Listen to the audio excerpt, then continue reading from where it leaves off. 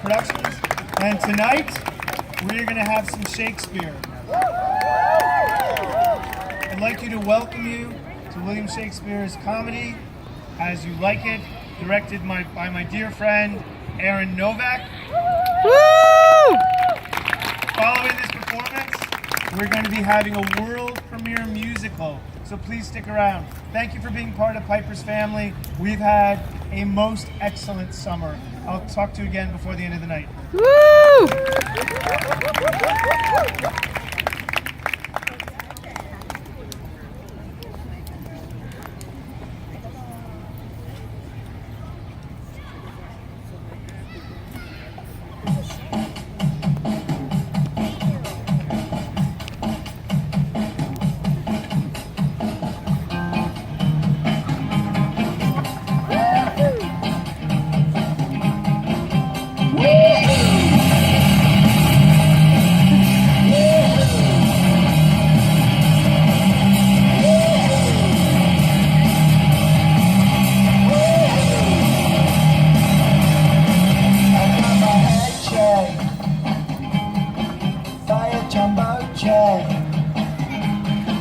It wasn't easy, but nothing it ends. No.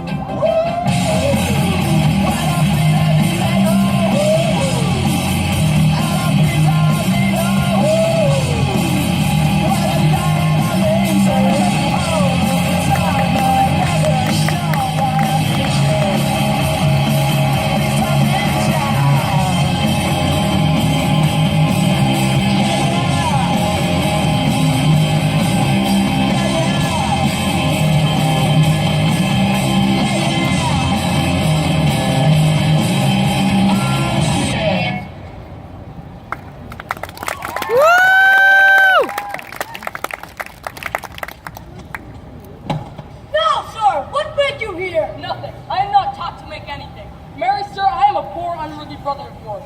Father bequeathed me by will but pour 1,000 crowns and charged my brother to breed me well. Marry, sir, be better employed. What prodigal portion have I spent that I should come to such penury? Know you where you are, sir? Know you before whom, sir? Aye, better than him I am before knows me. I know you, Oliver, are my eldest brother, and in a gentle condition of blood, you should so know me. I was much my father and me as you. What, boy? Come, elder brother. You are too young in this. Wilt thou lay hands on me, villain? I am no villain. I am Orlando, the youngest son of Sir Roland de Bois, and he is thrice the villain that says such a father but God's villains. Let me go, I say.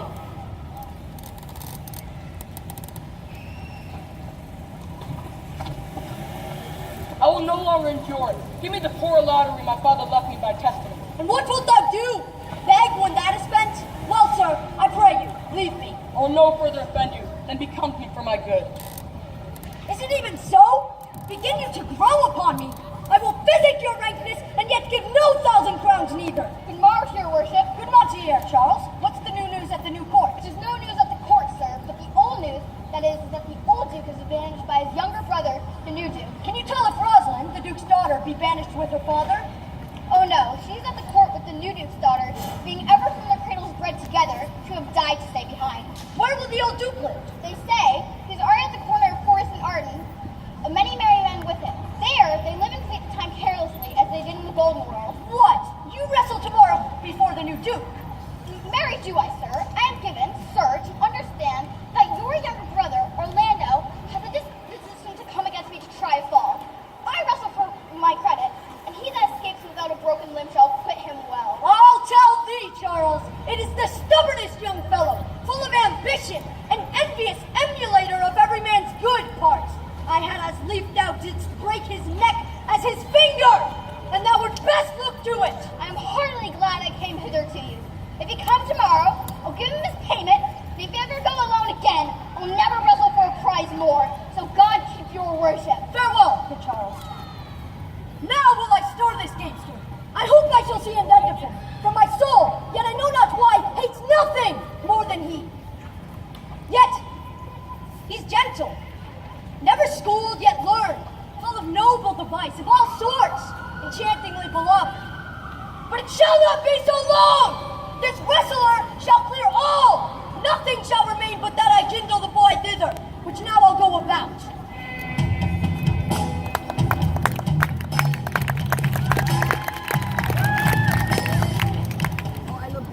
I praise thee, Ross, sweet my cause, sweet Mary, dear Celia. I show more worth than I am mistress of. And would you yet I were merrier? Unless you can teach me to forget a man his father, you must not learn me to remember any extraordinary pleasure. For you know my father hath no child but I, nor none is like to have. So truly when he dies, thou shalt be his heir. For what he hath taken away from thy father perforce, I will render thee again. Therefore, my sweet Rose, be merry. From henceforth thy will, cuz. And devise sports. Let me see.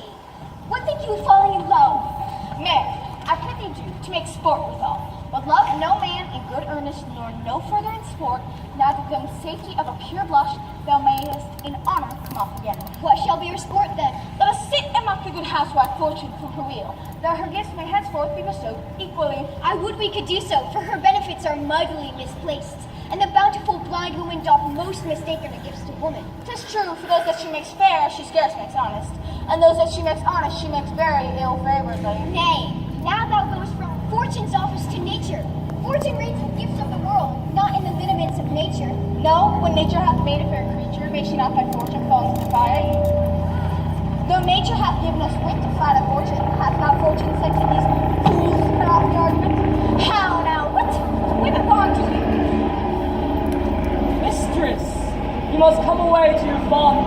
Were you made the messenger? No, by mine honor, but I was bid to come for you. Bonjour, Monsieur Ledoux. What's the news?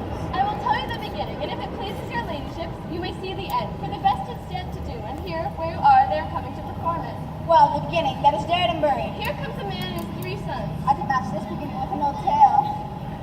The eldest of the 3 wrestled Charles, the Duke's wrestler, which in a moment threw him and broke 3 of his ribs. There's little hope of life in him, so he served the second and so the third. Yonder they lie, the poor old man, making such a pitiful dole over them, that all the beholders take his part with weeping. Alas, but is there any else longs to see this broken music and sighs? Is there yet another dotes upon rib breaking? Shall we see this wrestling, cousin? You must, for here's the place appointed for the wrestling, and they are coming here to perform it. Yonder, sure, they are coming. Let us stay and see it.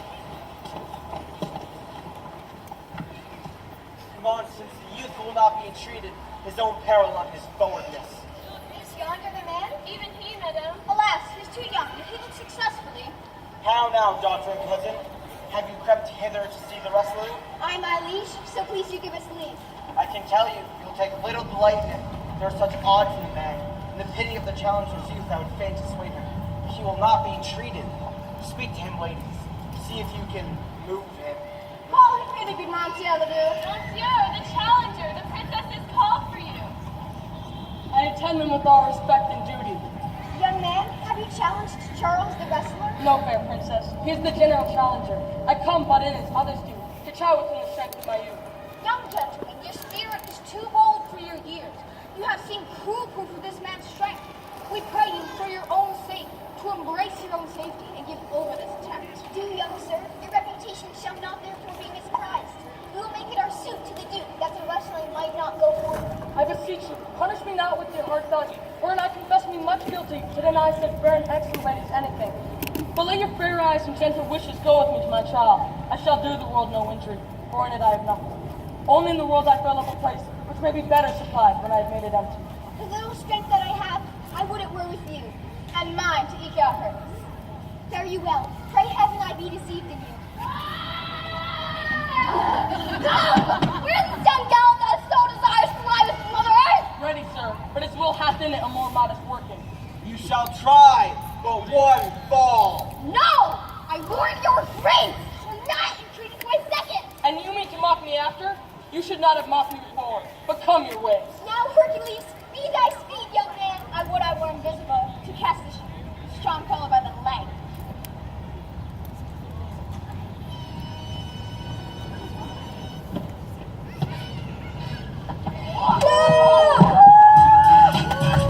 Woo, woo, woo, woo.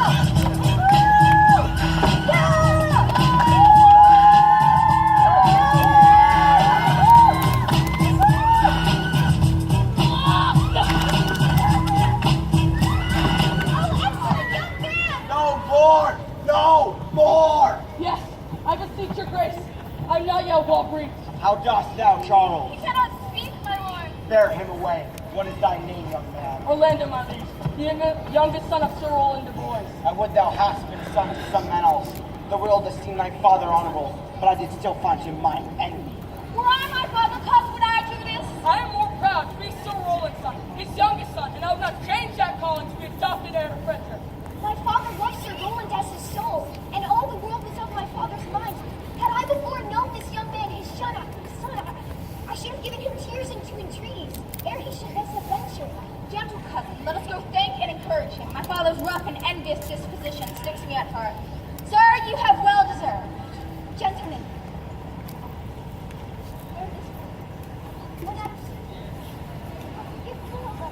let her hand latch me. Shall we go, cuz? Aye. Very well, fair gentlemen.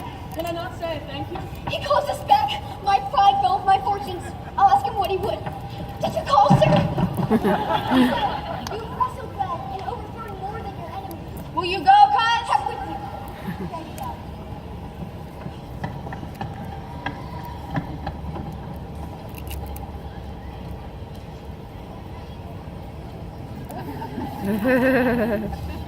What passion hangs these weights upon my tongue?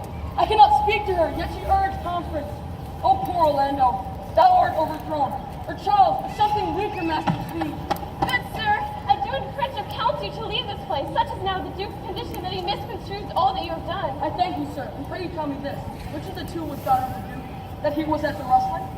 Neither his daughter, if we judge by manners, but yet indeed the taller is his daughter. The other is daughter to the banished Duke and here detained by her usurping uncle. I rest much bounty to you. Very well. Thus must I, from the smoke into the smother, from tyrant Duke unto tyrant brother, but heavenly Rosalind.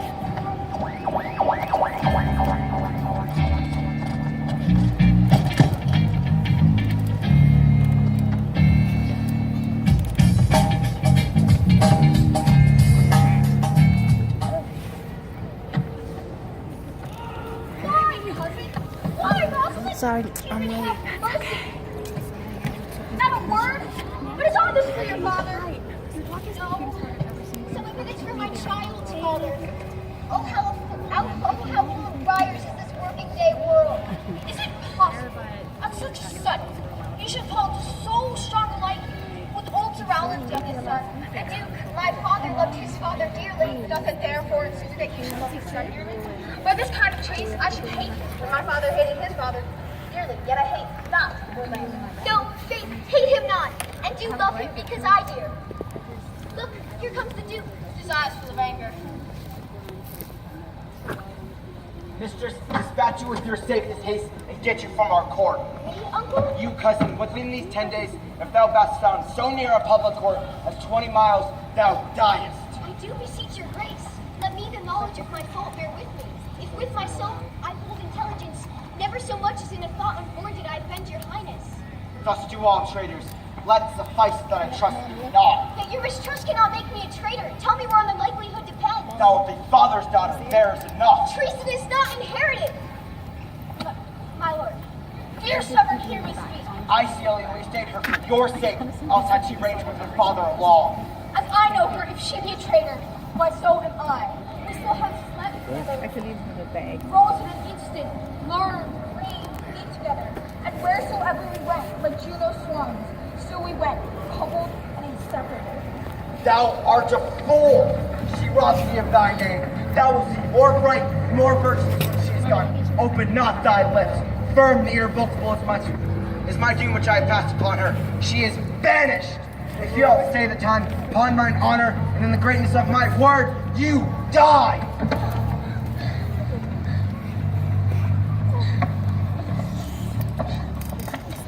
Oh, my poor Rosalind, whither wilt thou go?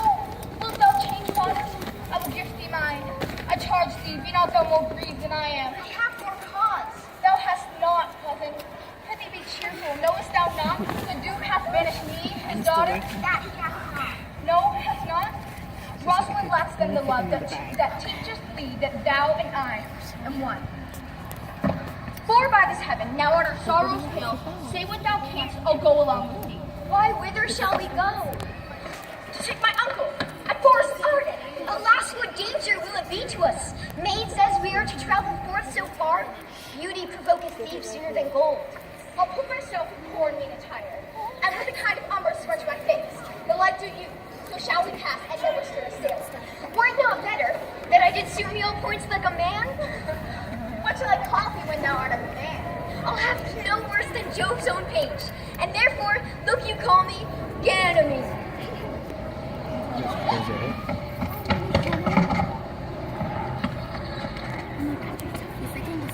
What shall you be called? Something that hath a reference to my sister. No longer Celia, but Eliana. But cousin, what if we say to steal that clownish fool out of your father's court? Would he not be a comfort to our travels? He would go home with a wide wind. Leave me alone today, will you? Come, just put his time. Now go in, pretend to liberty and get not to bench. Take me to another place. Take me to another land. Make me forget all over. Let me understand your plan. Take me to another place. Take me to another land. Make me forget all over. Let me understand your plan. Now, my comrades and brothers in exile, hath not old custom made this life more sweet than that of painted palms? Are not these streets more free from peril than the envious court? There feel we like a penalty about it, the season's difference, as the icy fang and churlish chiding of the winter's wind, which, when it bites and blows upon my body, even till I shrink with cold, I smile and say, this is not flattery. These are counselors that willingly persuade me what I am. Sweet are the youthful differences, which, like the toad, ugly and venomous, were yet a precious jewel in its head. And this, our life exempt from public harms, finds tongues in trees, looks in the running brook, serves in stone, and good in everything. I would not change it. Happy is your grace that can translate the stubbornness of fortune into so quiet and so sweet a style. Come, shall we go and fetch us tacos? I'll bring them to you straight. Tacos!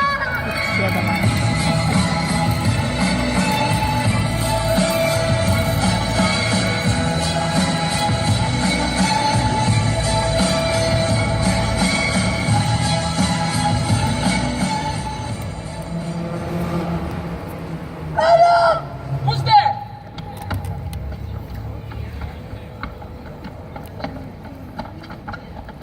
Watch my young master. Oh, my sweet master. Oh, my gentle master. Oh, you memory of old Sir Roland. Why, what make you here? Come not within these doors. Within this roof, the enemy of all your graces live. Adam!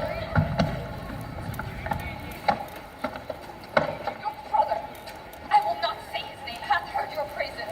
And this night he means to burn the lodging where you used to lie, and you within it. If you fail of that, he will have other means to cut you off. Why, whither, Adam? Wouldst thou have me go? No matter whither, so you come not here. What? Wouldst thou have me go and beg my food? Adam!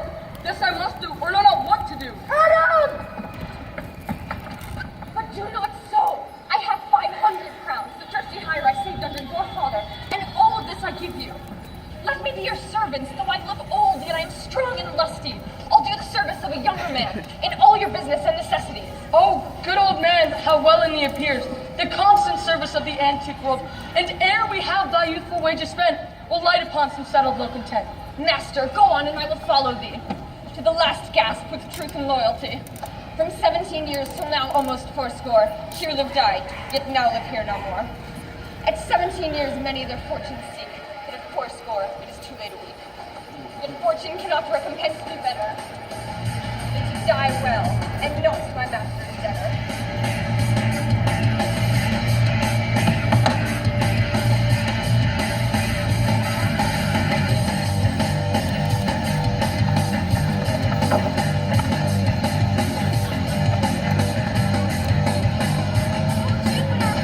How weary are my spirits!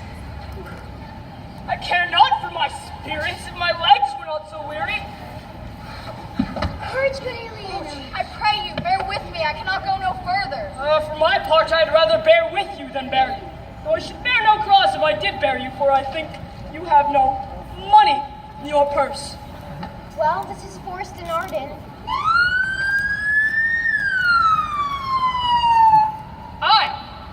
Now I am in Arden. The more fool I. When I was at home, I was in a better place, but travelers must be content. I'd be so good, Touchstone. Look who comes here. A young man in an old and solemn tongue. That is the way to make her story new still. Oh, Corin, that thou knewest how I do love her. Hardly guess, for I have loved you now. No, Corin. Being old, thou canst not guess. Though in thy youth thou wast as true a lover as ever sighed upon a midnight pillow. But if thy love were ever like to mine, as sure I think did never man love so. How many actions most ridiculous hast thou been drawn to by thy fancy? 2,000 that I have forgot.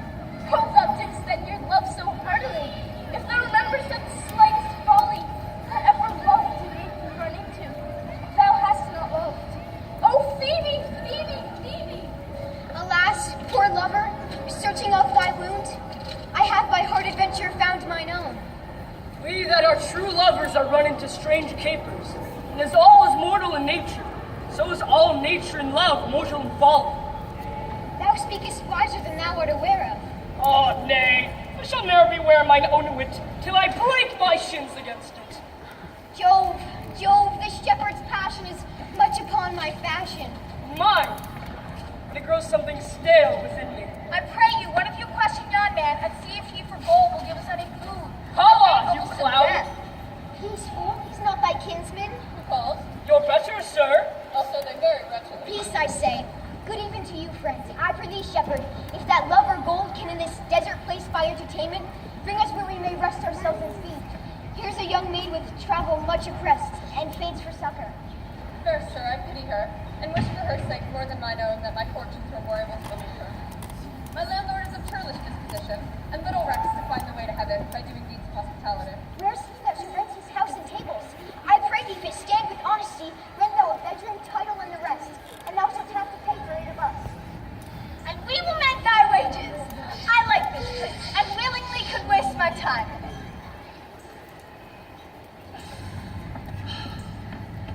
Assuredly the thing is to be sold. I will your very faithful broker be, back to his hash right suddenly. Under the greenwood tree, who loves to lie with me, and turn his merry nose unto the sweet bird's show. Come hither, come hither, come hither. Here shall he see no enemy, but winter and rough weather. More! Woo! More! It will make him melancholy, Mrs. Jacques. I do not desire you to please me. I do desire you to sing. Come, more, another stanza. Call you them stanzas? What you will, Mrs. Jacques. Nay, I care not for their names. They owe me nothing.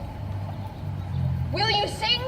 More at your request than to please myself. Well, then if I ever thank any man, I'll thank you. Come, sing. And you then will not hold your tongue. Well, I'll end the song. Sirs, come it a while. The Duke will drink under this tree. He hath been all this day to look you, And I have been all this day to avoid him.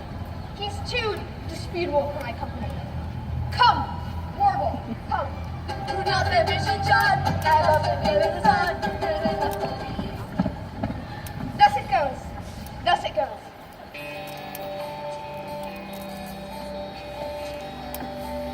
Dear master, I can go no further. Oh, I die for food. Here lie I down and measure out my grave. Farewell, kind master. Why, how now, Adam? No greater heart in thee. Live a little, comfort a little, hear thyself a little. If this uncouth foe yield anything savage, I will either be food for it or bring it for food to thee. Cheerly, good Adam.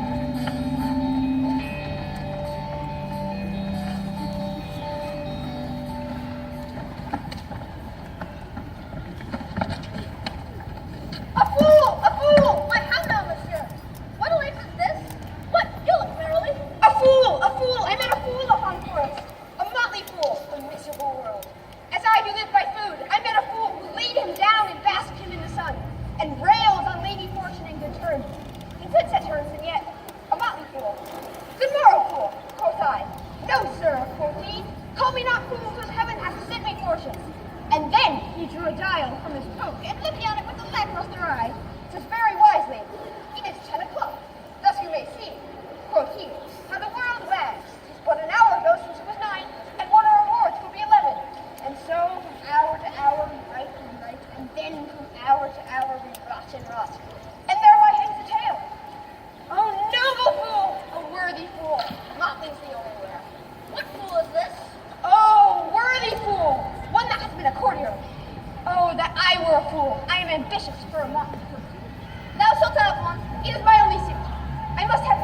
Give me leave to speak my mind, and I will through and through cleanse the foul body of the infected world, if they will patiently receive my medicine. Forbear thee no more, Why? I need none yet. nor shalt not, till necessity be served. Art thou thus golden man by that distress, or else by a brute despiser of all good manners, that in civility thou seemst so empty? You touched my vein at first, the thorny point. A bare distress hath pain for me to show, of smooth civility. Yet am I in the bread, and know some nurture. But forbear, I say, he dies to touch any good fruit, till I and my affairs are answered. And you will not be answered with reason. I must die. What would you have? Your gentleness shall force more than your force move us to them. I almost died for food, and let me have it. Sit down. And feed. And welcome to our table. Speak you so gently? Pardon me, I pray you. I thought that all things had been savage.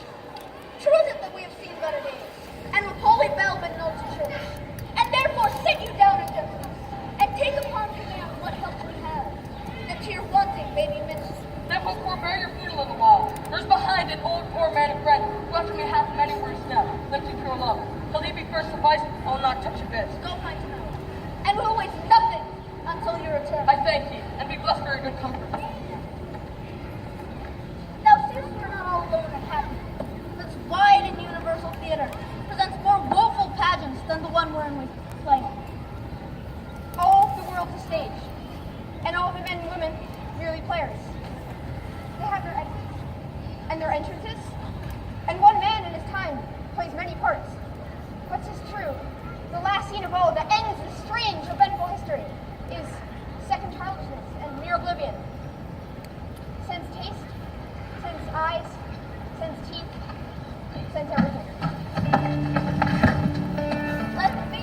I thank you most for him. So had you need, I scarce can speak to thank you for myself.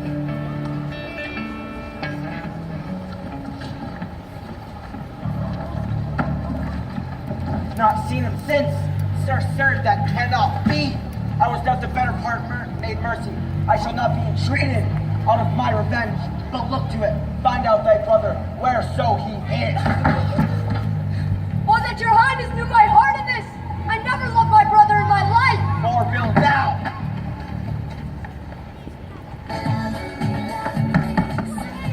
Amen! My first in witness of my love! Oh, Rosalind! These posts shall be my books, and in them mark my thoughts of character, that every eye which in this city looks shall see thy virtue witnessed everywhere! Run! Run, Orlando! Carve on every tree the fair, the chaste, and unexpressive shame.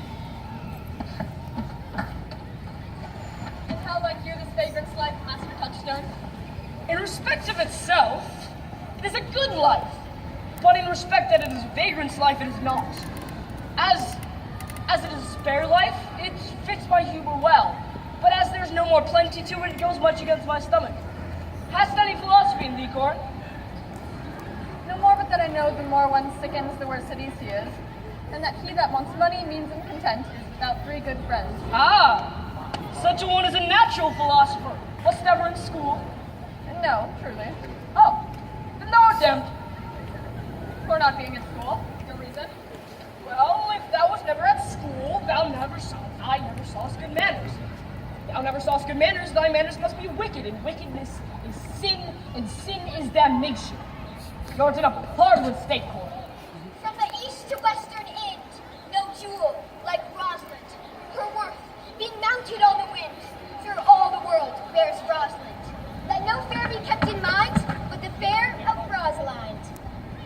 Oh, why you so 8 years together, sleeping dinners and suppers and sleeping hours accepted? Why do you infect yourself with them? Peace, you dull fool! I found them on a tree. Truly, the trees yield bad fruits.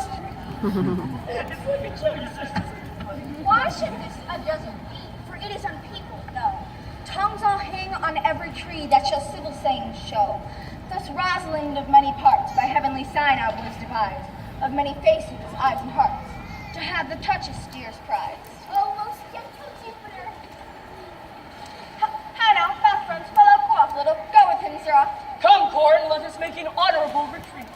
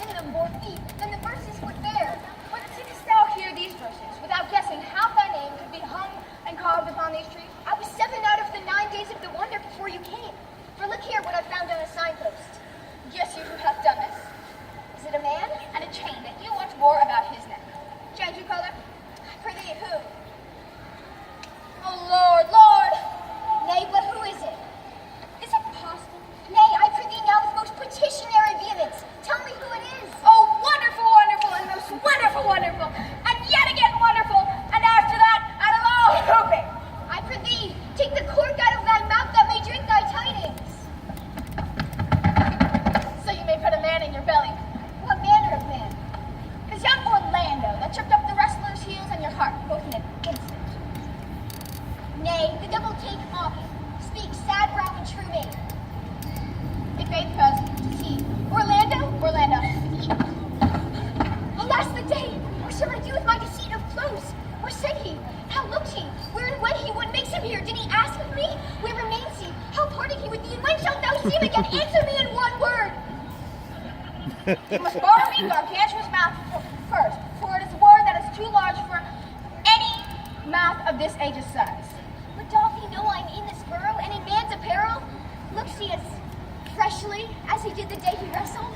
But take a taste of my finding him, and relish it with good observance. I found him under a tree, like a dropped acorn.